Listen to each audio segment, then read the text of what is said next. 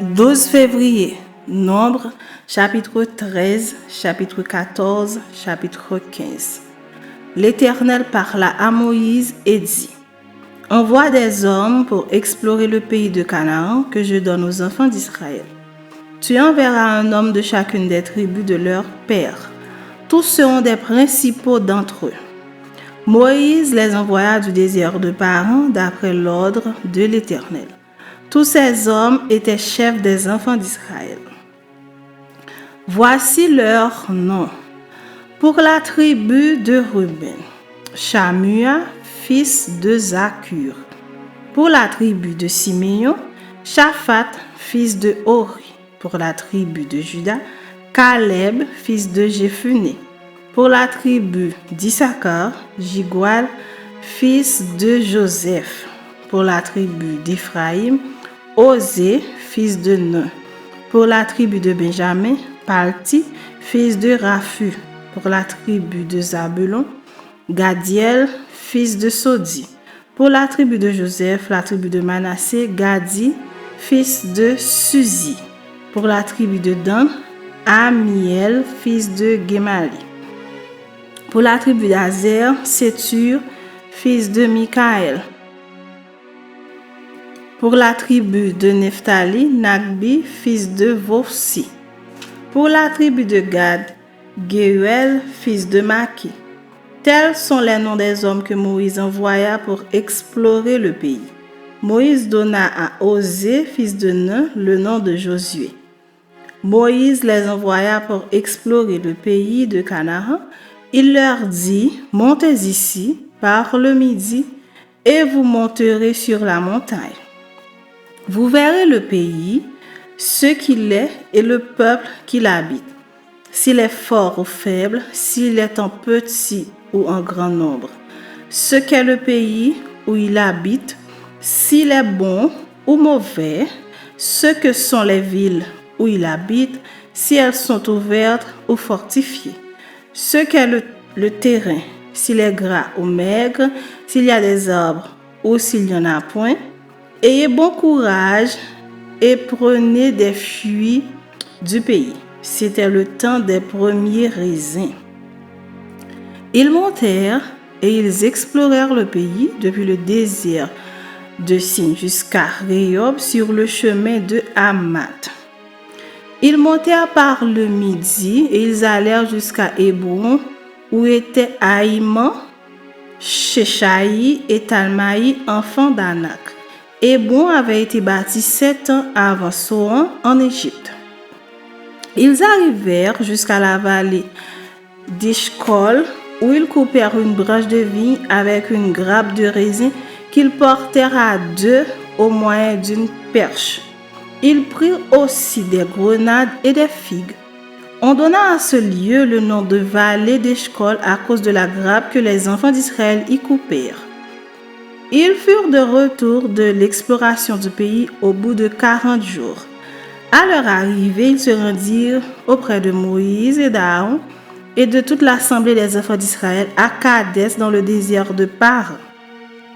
Ils leur firent un rapport ainsi qu'à toute l'assemblée et ils leur montrèrent les fruits du pays.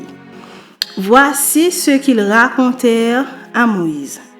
Nous sommes allés dans le pays où tu nous as envoyés. À la vérité, c'est un pays où coule le lait et le miel, et en voici les fruits.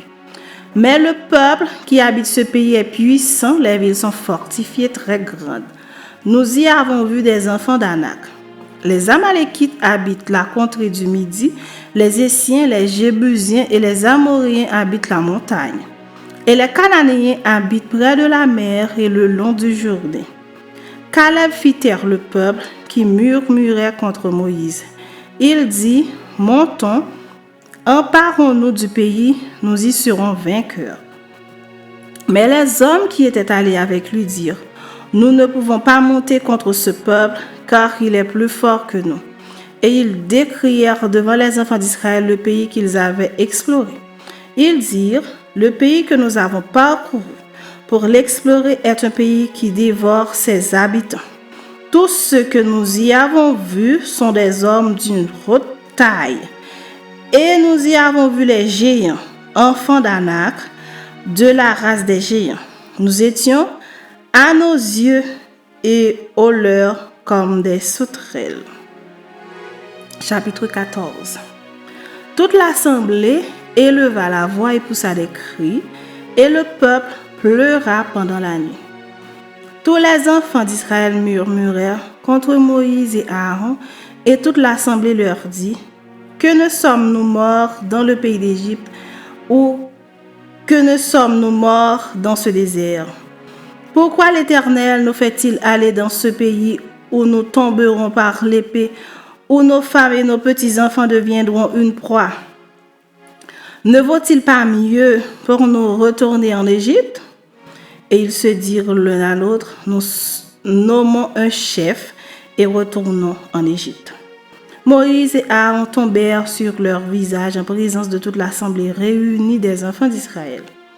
Et parmi ceux qui avaient exploré le pays, Josué, fils de Nun, et Caleb, fils de Jephunnée, déchirèrent leurs vêtements et parlèrent ainsi à toute l'assemblée des enfants d'Israël.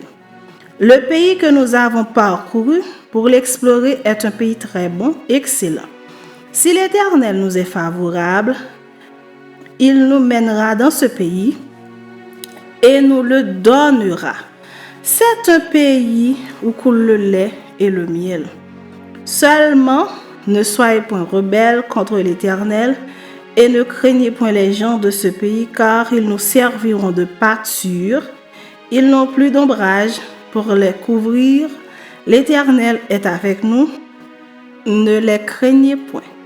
Toute l'assemblée parlait de les lapider lorsque la gloire de l'Éternel apparut sur la tente d'assignation devant tous les enfants d'Israël.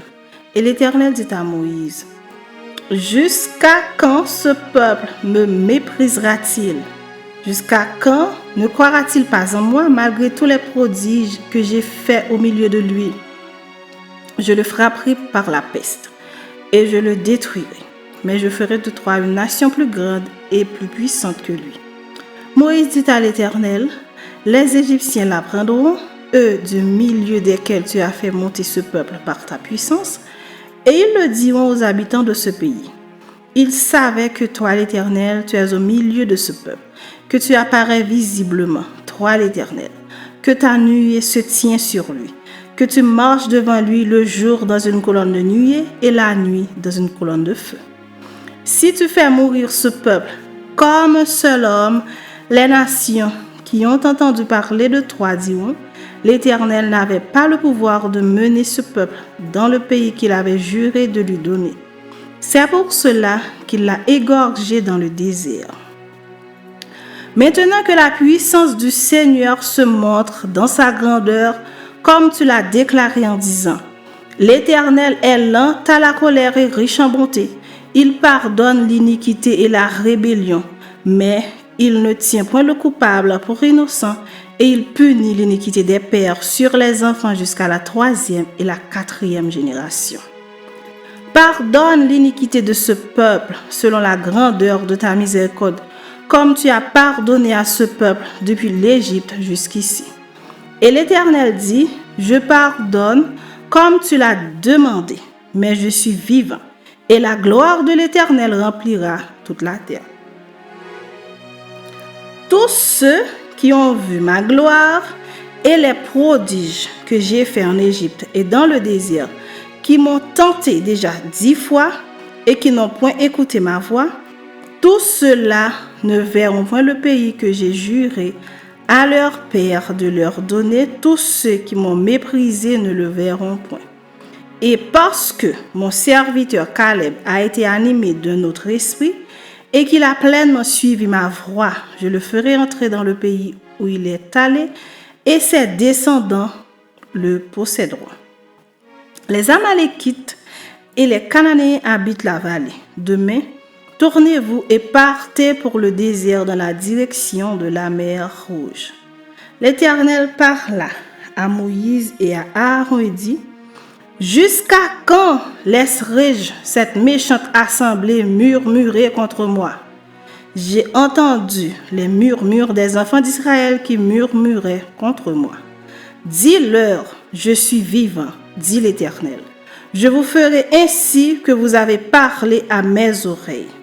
Vos cadavres tomberont dans ce désert, vous tous, dont on a fait le dénombrement, en vous comptant depuis l'âge de 20 ans et au-dessus, et qui avez murmuré contre moi. Vous n'entrerez point dans le pays que j'avais juré de vous faire habiter, excepté Caleb, fils de Jephunnée, et Josué, fils de Nun.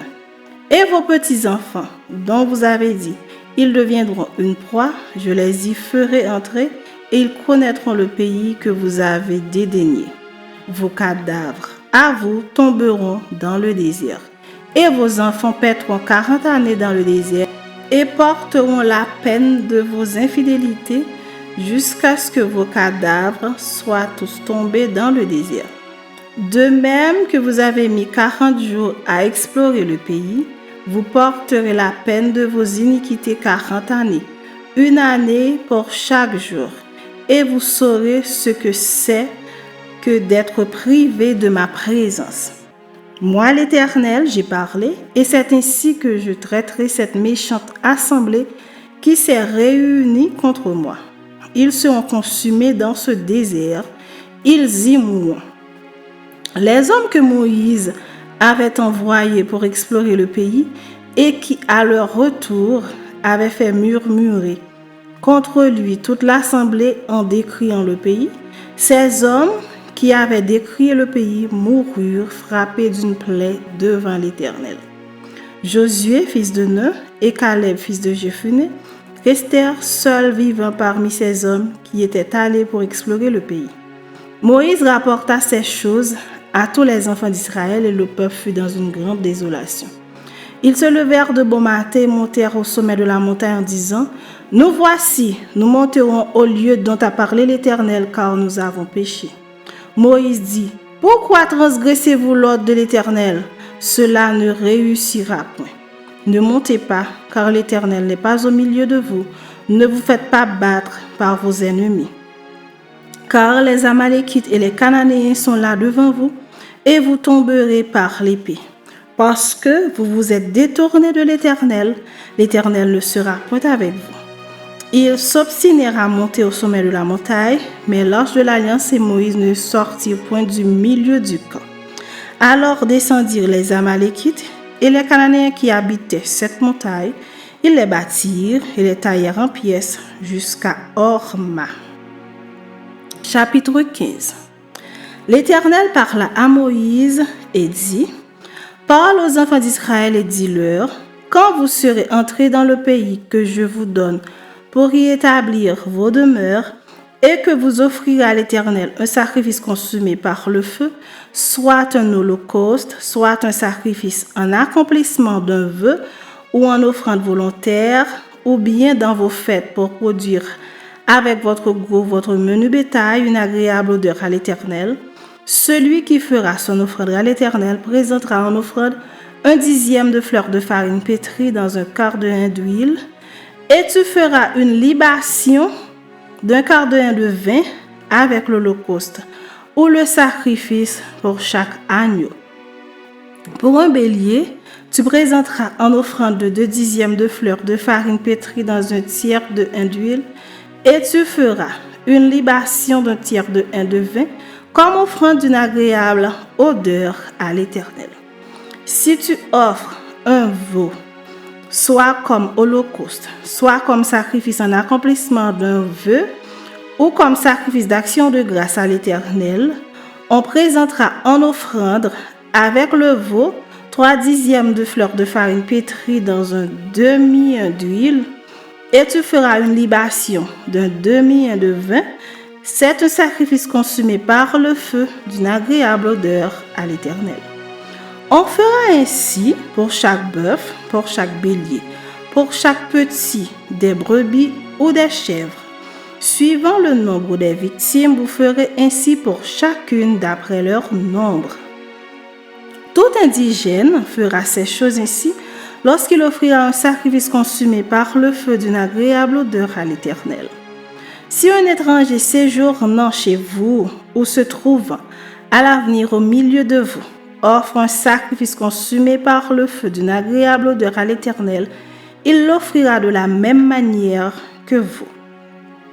Il y aura une seule loi pour toute l'assemblée, pour vous et pour l'étranger en séjour au milieu de vous. Ce sera une loi perpétuelle parmi vos descendants. Il en sera de l'étranger comme de vous devant l'Éternel. Il y aura une seule loi et une seule ordonnance pour vous et pour l'étranger en séjour parmi vous. L'Éternel parla à Moïse et dit, « Parle aux enfants d'Israël et dis-leur, quand vous serez arrivés dans le pays où je vous ferai entrer, et que vous mangerez du pain de ce pays, vous prélèverez une offrande pour l'Éternel.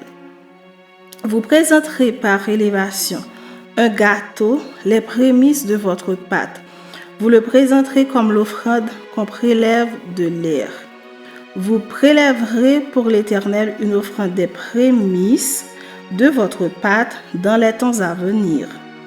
Si vous péchez involontairement en n'observant pas tous ces commandements que l'Éternel a fait connaître à Moïse, tout ce que l'Éternel vous a ordonné par Moïse depuis le jour où l'Éternel a donné des commandements et plus tard dans les temps à venir.